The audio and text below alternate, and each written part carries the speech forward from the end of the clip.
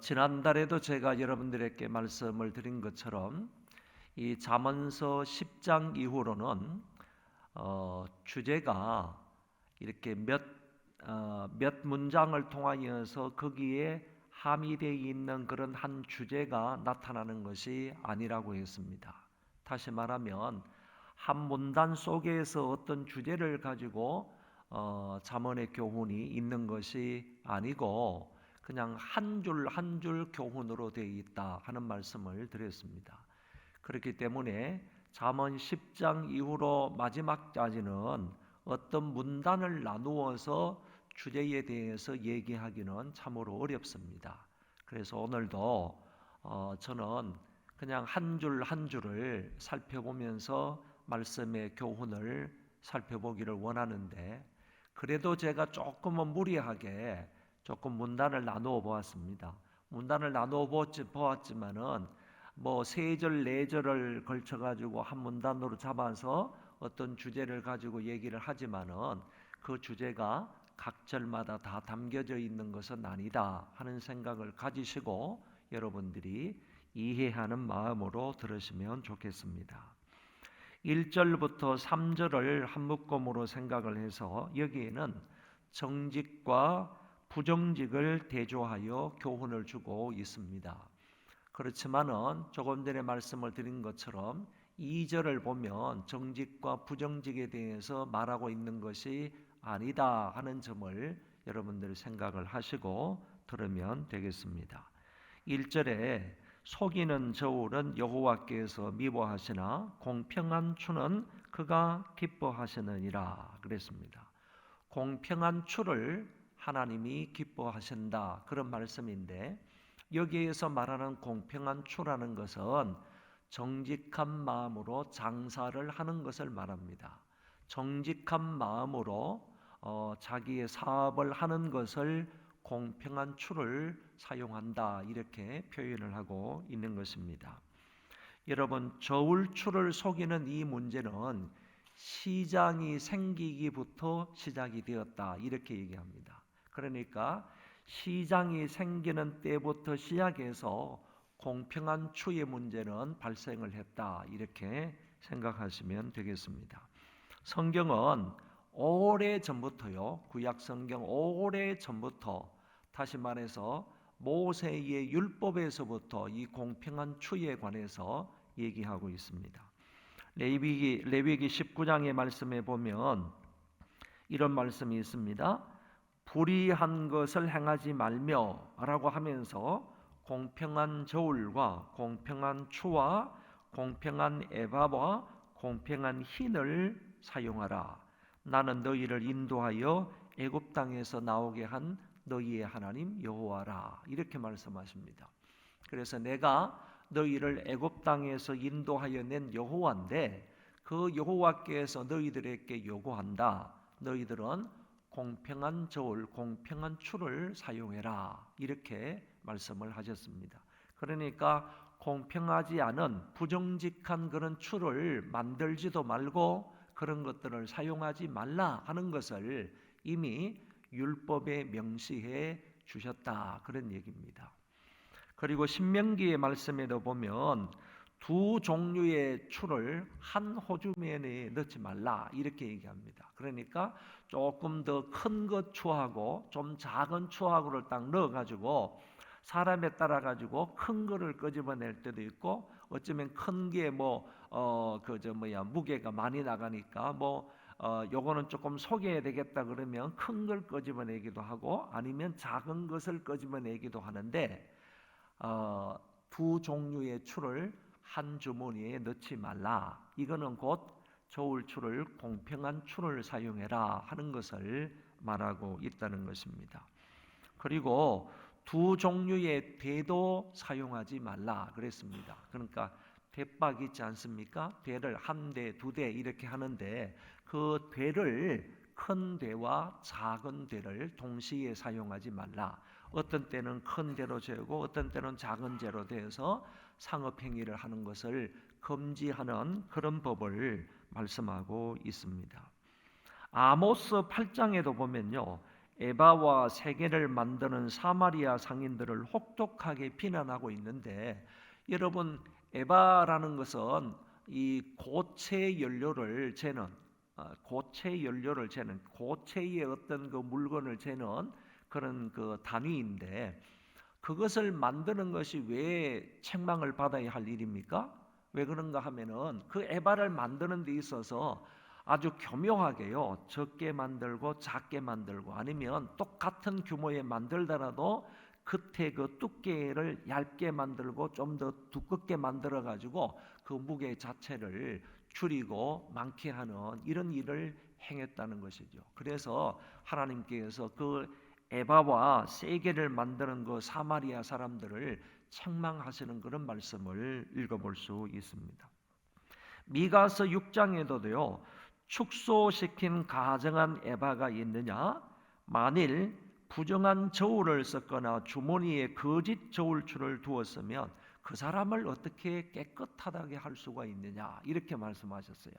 그러니까 이런 말씀들을 볼 때에 성경은 정말 그 모세 오경부터 시작을 해서요, 이 소선지자에 이르기까지 상당한 기간에 걸쳐서 지속적으로 하나님이 말씀하고 계시는 것은 저울추를 속이지 말라, 하나님이 기뻐하시지 않는다 하는 점을 분명하게 얘기를 하시면서 공평한 추를 하나님이 기뻐하신다라고 했습니다. 여러분, 이 말씀을 근거해서 우리가 교훈을 받을 수 있는 것은요, 지금 내가 공평한 추를 사용하느냐 하지 않느냐 하는 점들을 생각해 보면서, 오늘 우리가 만약에 공평한 추를 사용하지 않으면서 상행위를 하고 있다고 한다면 철저하게 하나님 앞에 회개하는 역사가 있어야 할 것이고, 그리고 이것을 당장 고쳐야 할 그런 요소가 아닌가.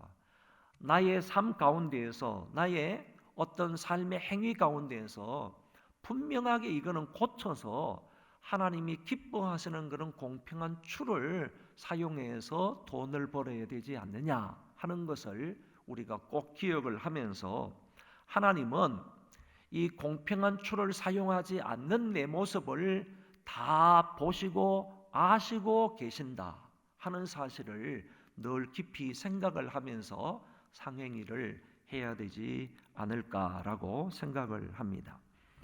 하나님은 우리가 이렇게 추를 속여서 이렇게 하는 것도 역시 하나님께서 다 보고 계시므로 하나님의 눈을 속일 수 없다는 것을 생각을 하면서 그 하나님을 인식하면서 상행위를 해야 하겠다 하는 생각을 갖습니다.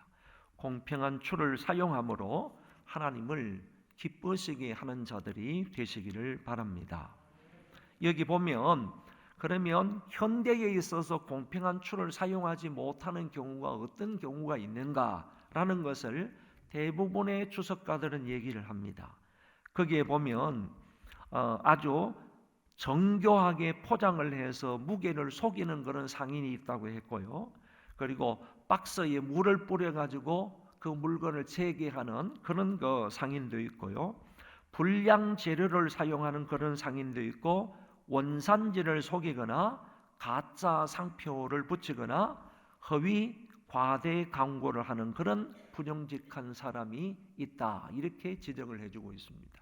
뭐 우리가 다 아는 내용이지만은 이런 것들을 통하여서 돈을 조금 벌어보겠다 하는 마음을 갖고 있는 사람이라면 오늘 말씀에 주의해서, 내가 혹시 다른 사람은 속일 수 있다 할지라도 하나님의 눈은 속일 수 없다 하는 점을 기억을 하시면서 공평한 추를 사용하심으로 하나님을 기쁘시게 해드리는 자들 되시기 바랍니다.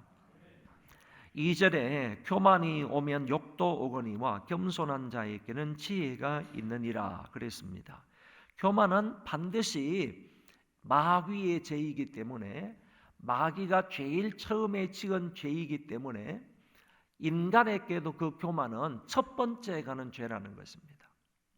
여러분, 사람이 지을 수 있는 가장 못된 죄가요, 교만의 죄입니다. 교만의 죄를 짓고 나서는 하나님의 은혜를 입을 자가 없습니다.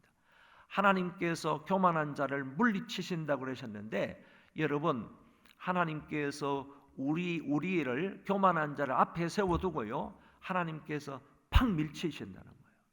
여러분, 어린아이들을 이렇게 세워놓고 어린아이를 팍 밀치면 어떻게 되겠어요? 그거는 뻔한 것 아니겠어요? 그런데 전능하신 하나님이요, 교만한 사람을 당신 앞에 세워두시면서 그 사람을 미워하신다 하는 이 말은 그 사람을 팍 밀친다는 얘기예요. 그러면 그 사람이 어떻게 되겠냐 말이죠. 그러니까 교만은 인간이 지을 수 있는 최대의 악이고요, 그리고 최초의 악입니다. 죄입니다. 그러니까 이거는 사탄의 죄예요. 사탄의 죄. 그러니까 오늘 저와 여러분은 교만을 가지고 있으면요, 따라오는 것은 욕이고 수치일 수밖에 없다는 거예요. 그랬잖아요. 교만을 가지게 되면 따라오는 것은 욕밖에 없어요. 따라오는 것은 수치밖에 없다는 거예요. 대신에 겸손하는 사람에게는 영광이 따라오고 칭찬이 따라온다 하는 교훈을 2절에서 주고 있는 것입니다. 이거는 정말 우리가 평생토록 강조해도요, 지나침이 없는 그런 교훈의 말씀이에요. 우리가 살아가면서 평생토록 들어도요, 지나침이 아닌 교훈이 바로 겸손하게 살아가라 이겁니다. 교만하면 반드시 따라오는 것은 욕과 수치밖에 없다 하는 것을 기억을 하시면서 항상 겸손하게 지혜롭게 살아가는 저와 여러분들 되시기를 바랍니다. 미가서 6장 8절에 보면 이런 말씀이 있어요. 여호와께서 내게 구하시는 것은 겸손하게 내 하나님과 함께 동행하는 것이 아니냐 그랬습니다. 하나님께서 우리에게 요구하는 것은 겸손하게 하나님과 동행하는 것을 요구하신다, 이렇게 미가서 선지자는 말씀하고 있습니다. 우리 교회의 모든 성도들은 항상 하나님과 사람들 앞에서 자기 자신을 낮추면서 겸손하게 살아가는 하나님의 사람들 되시기를 바랍니다. 3절에 정직한 자의 성실은 자기를 인도하거니와, 여러분, 우리가 정직하게 생활을 하면요, 성실하게 생활을 하면 그 성실함과 정직이 나의 길을 인도한대요. 자기의 길을 인도한대요. 자기를 인도한대요. 여러분, 이 말이 무슨 말인가 하면은 우리가 어떤 사람 앞에서요, 또 하나님 앞에서 정직하게 성실하게 살아가게 되면요, 그 성실과 정직함이 나의 길을 인도하는데요, 그 평안의 길로 인도한다는 말이고, 궁극적으로는요, 그게 천국으로 나를 인도한다는 말이에요. 그러니까 이 3절의 말씀도 가만히 생각을 해보면요, 얼마나 정말 은혜가 되는 말씀인지 몰라요. 그런데 정직한 자는 그렇게 되는데 사악한 자의 패역은 자기를 망하게 하느니라, 이렇게 말하고 있어요. 이때 사악한 자는 어떤 사람인가 하면은, 다른 말로 번역을 하면요, 배신자를 말해요. 배신자를 말하고, 패역이라는 말은요, 달리 말하면 이거는 아주 악한 그런 결과, 아주 끔찍한 그런 불행, 이런 것들을 가리켜 말하는 것인데, 배신자는 결국에요, 아주 끔찍한 그런 불행을 맞이하게 된다. 결국에는 그 사람은 망하게 된다 하는 것을 여기에서 교훈을 하고 있는 것입니다.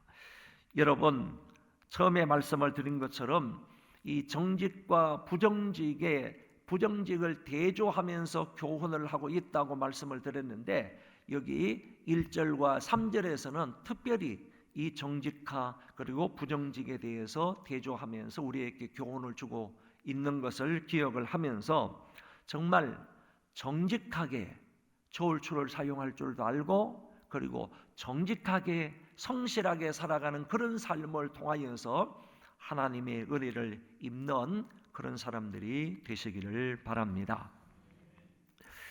그러면 두 번째 문단으로 넘어가서 4절부터 6절 말씀에 보면, 여기에는 공의와 불의를 대조하여 교훈을 하고 있는 말씀입니다. 4절에 재물은 진노하시는 날에 무익하나 공의는 죽음에서 건져나리라. 이 말씀은요, 우리가 아무리 부를 쌓아 놓는다 할지라도요, 특별히 열심을 가지고요, 인색한 마음으로 물질을 차곡차곡 쌓아 놓는다 할지라도요, 통장에 아무리 많은 재물을 그런 마음으로 쌓아 놓는다 할지라도 그 재물이 내가 죽는 데에는 아무런 유익을 주지 못한다는 거예요. 죽음 앞에서는 아무리 내가 아껴서 바둥바둥 걸으면서 축적해 놓은 그런 부라 물질이라 할지라도 그 물질이 내가 죽는 일 앞에서는요, 죽음 앞에서는 아무런 소용이 없다, 그런 얘기입니다. 결코 죽음에 어떠한 유익도 주지를 못한다 하는 말을 이렇게 교훈하는 거예요. 재물은 진노하시는 날에, 심판을 받는 날에 무익하다는 것입니다. 전혀 헛된 것이고 쓸모없는 것이 되어버린다. 반면에요, 공의는 죽음에서 건진다. 죽음에서 건짐을 받고 구원을 받는다, 이렇게 말하고 있습니다. 이때의 공의라는 것은 내 생각이나 내 뜻이 하나님에게 맞추어서 살아가는 삶을 가리켜서 공의라고 말해요.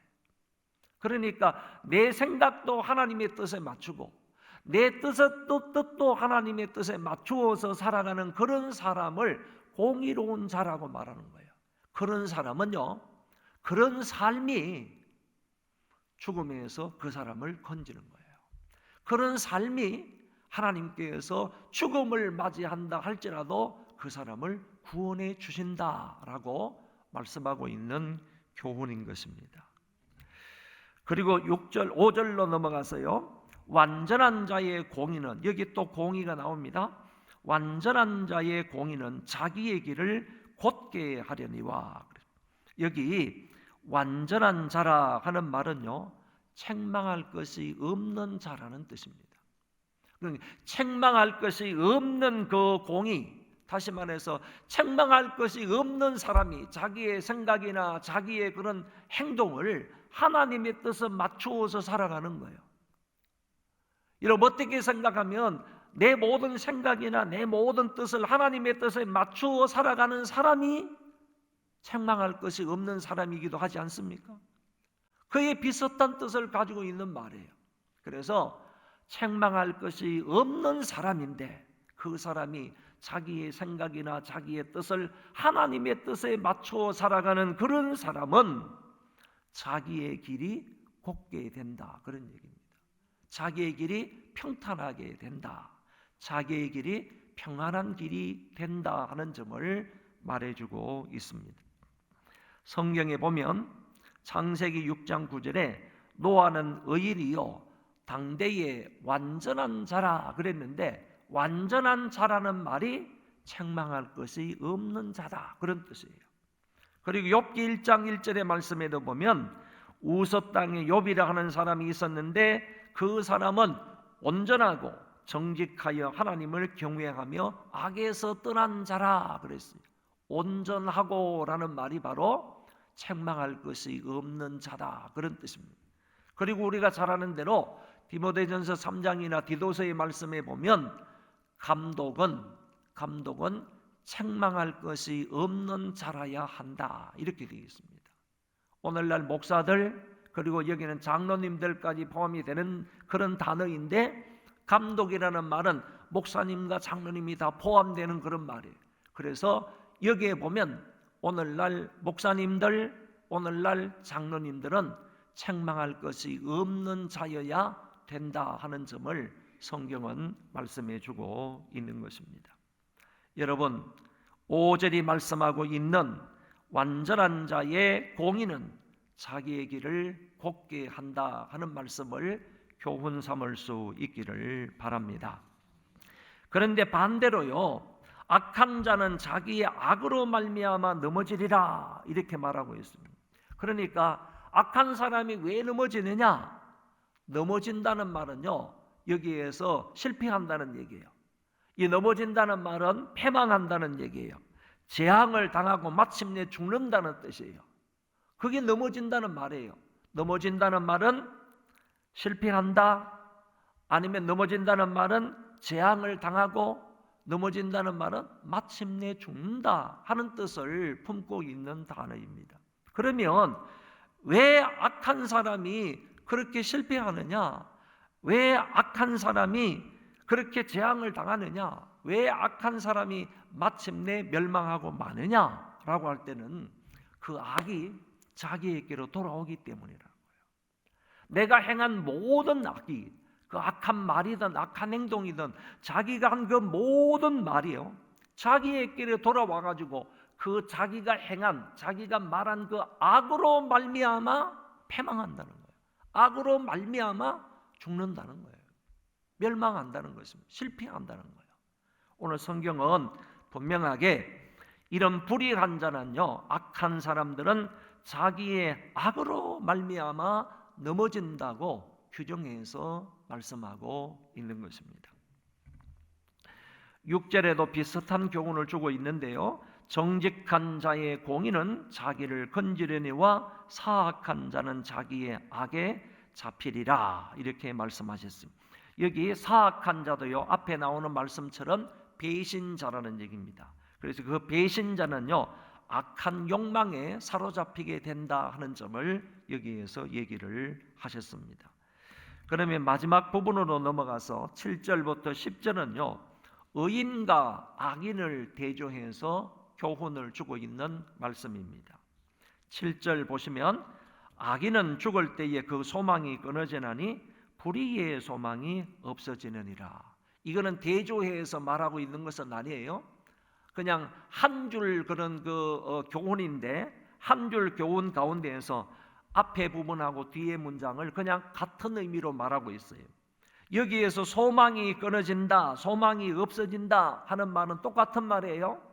소망이 끊어지고 소망이 없어진다, 그거는요, 결코 그 사람에게 그런 일이 일어나지 않는다는 얘기예요.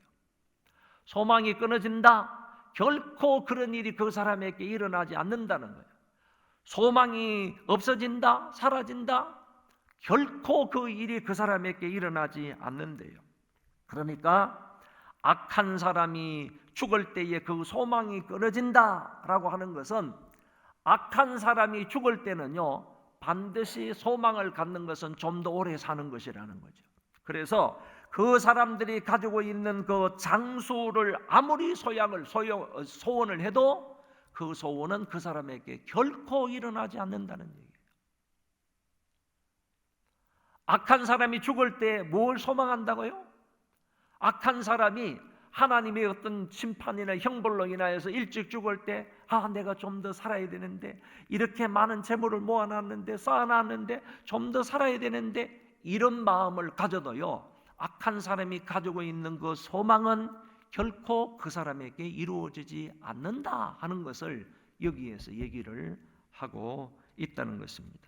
결국에 악인의 소망은요, 모두 헛된 것으로 돌아가고 허무하게 그 모든 것들이 사라지고 만다는 점을 말씀해 주고 있습니다.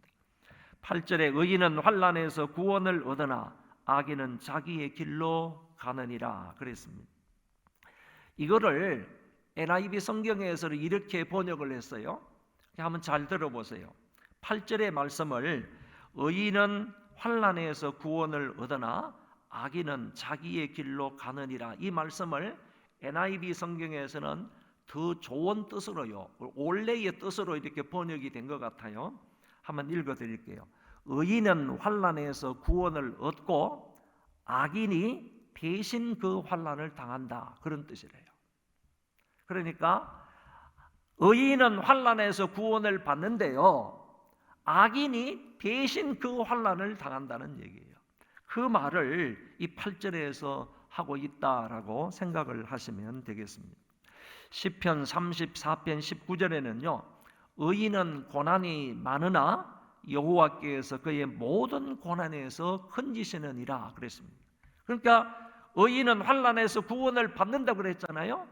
성경에도 분명히 다른 부분에서 분명히 말하기를 의인들에게 고난이 많아요, 많지만은 하나님께서 그 모든 고난에서 의인을 구원해 주신다, 건져 주신다라고 말씀하고 있습니다.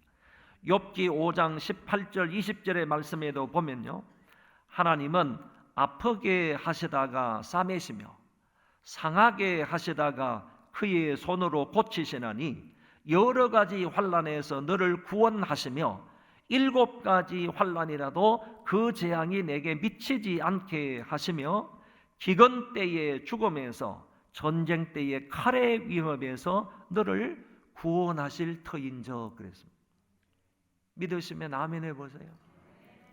우리가 이런 경우도 있는데 그런 경우에서 하나님께서 고쳐주시기도 하시고 환난 중에서 구원해 내시기도 하시고 그 가운데서 벗어나기도 하시고 전쟁과 또 여러 가지 위험이 있다 할지라도 하나님께서 그 가운데에서 너희들을 건져 주시는 분이다 하는 점을 분명하게 말씀하고 있습니다.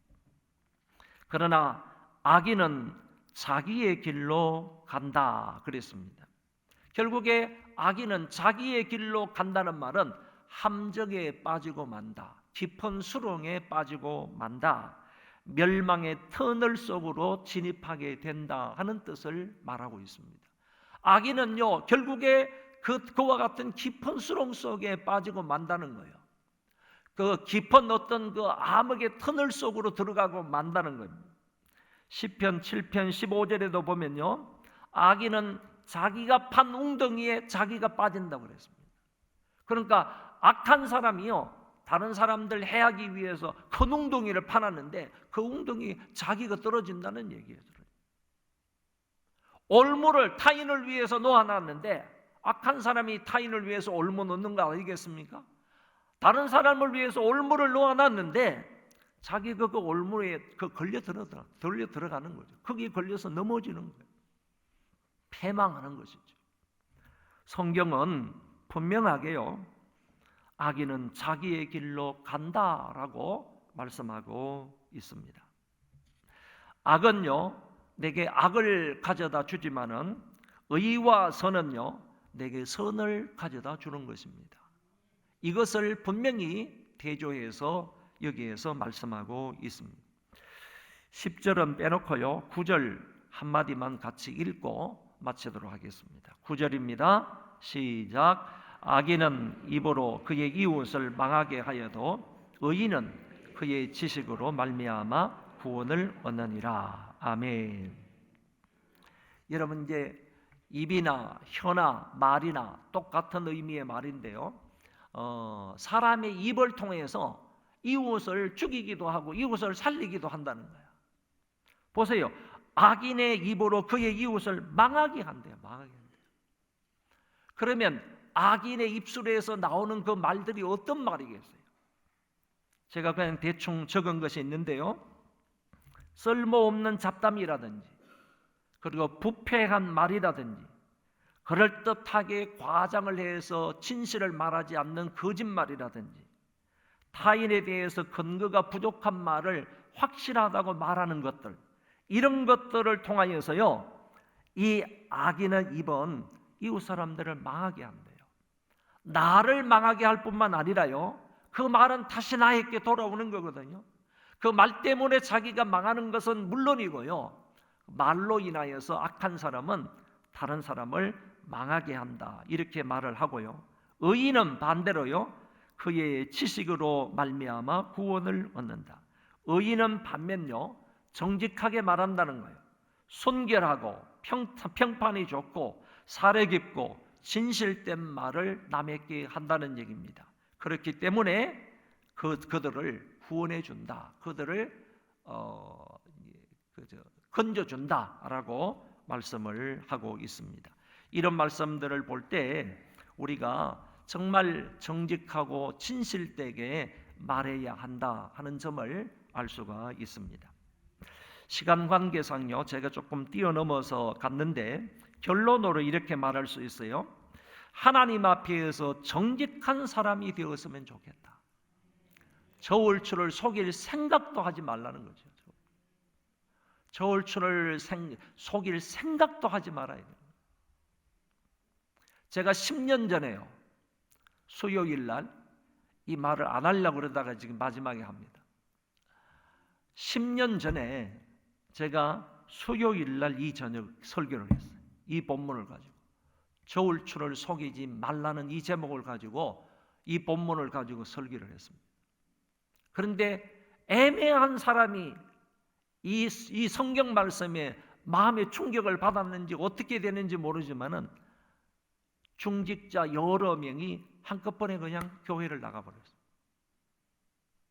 이유 인정 뭐냐 하면은 저는 그 사람을 향해서 말한 것이 아닌데, 그 사람이 수요일 저녁 예배에 참여하지도 않았는데 다른 사람이 당신 보고 오늘 목사가 치는 설교를 했다 이렇게 전해줌으로 인하여서 그것 때문에 그냥 모든 사람이 합해서 한 10명 정도 나갔을 것 같아요. 중직자들이, 장로님, 안수집사님, 권사님들이 한 10명 정도 나갔어요. 이거 정말 저는 기가 찬 일이 벌어진 거예요. 나는 성경 말씀을 저울추를 속이지 말라 하는 얘기를 분명히 했어요. 그러면 자기가 들었든지 아니면 다른 사람을 통해서 들었든지 아니면 성경을 읽든지 했을 때 분명하게 내가 저울추를 속인 것이 있으면 하나님 앞에 회개를 하고 그리고 다시는 저울추를 속이지 말아야 되겠다 이렇게 생각하는 것이 기독교인으로서 바르게 생각하는 것 아닙니까?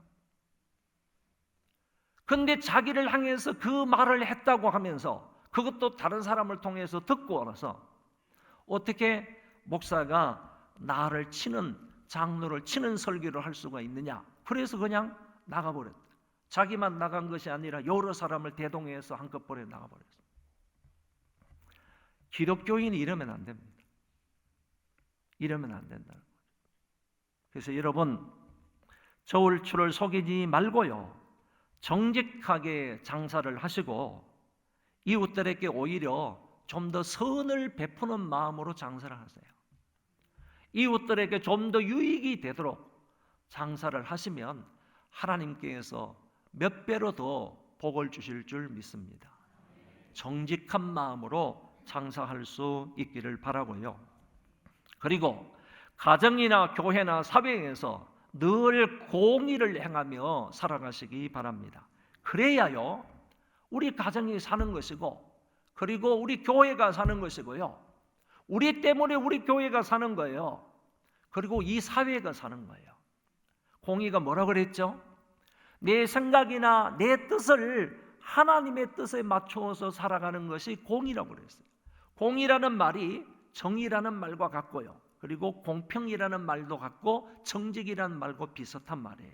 그러니까 이렇게 우리가 살아가게 되면요 우리의 삶을 통하여서 우리 가정이 살아난다니까요. 공의로운 삶을 살면요 우리의 공의로운 삶을 통해서 우리 교회가 살아나는 거예요. 공의로운 삶을 통하여서요 우리 사회가 기독교인들의 공의로운 삶을 통해서 살아나는 거예요. 하나님은 이것을 원하시는 것입니다. 여러분, 공의로운 삶을 살아가시기를 바라고요. 마지막으로는 이 땅에서 의롭게 살아가면요 그것이 하나님께 영광이 되고 이웃들에게는 기쁨이 된다는 얘기입니다. 의롭게 산다는 말이 바르게 살아가라 그런 얘기입니다. 어떤 일을 하더라도 어떤 생각을 하고 어떻게 말하더라도 바른 삶을 살아야 하는 것입니다. 우리 기독교인들에게 바른 삶이라는 것은요 구원 다음에 반드시 따라와야 할 요소인 거예요. 우리가 정말로 믿음으로 구원을 받았다고 한다면 그 기독교인에게 반드시 따라와야 할 삶이 뭐냐 하면은 의로운 삶이라는 거죠. 바른 삶이라는, 올바른 삶이라는 것이죠. 이게 믿음과 행위가 일치된 신행일치의 신앙이라고 말할 수 있는 겁니다. 저와 여러분들이 예수를 정말 믿는 사람이라고 한다면, 소망교회 교인이라고 한다면요 우리는 한 걸음 한 걸음 살아갈 때 의로운 삶을 살아야 돼요. 바른 삶을 살아야 된다. 이게 믿는 사람에게 합당한 생활이다라고 말할 수 있습니다. 우리 이 시간에 정결한 마음 주시옵소서 찬송 부르고 같이 기도하도록 하겠습니다.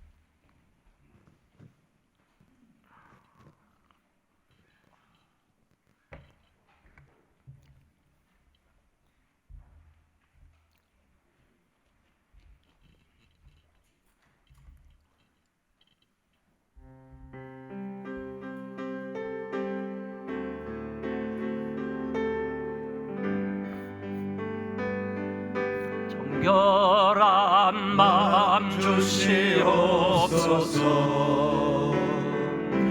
오 주님, 정직한 영을 새롭게 하소서.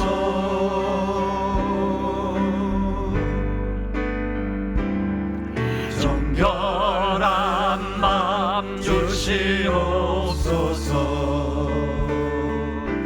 오 주님, 정직한 영을 새롭게 하소서.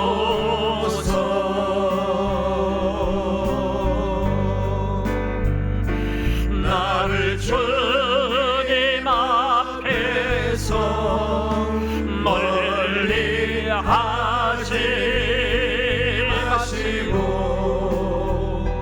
주의 성령을 거두지 마옵소서.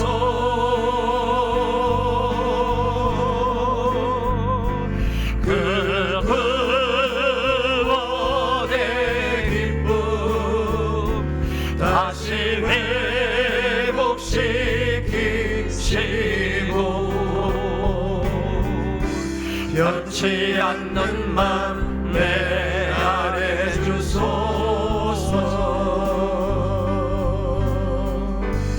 정직하고 공의를 행하며 살게 해 주시옵소서. 정직한 삶, 공의로운 삶을 위해서 함께 통성으로 기도하겠습니다.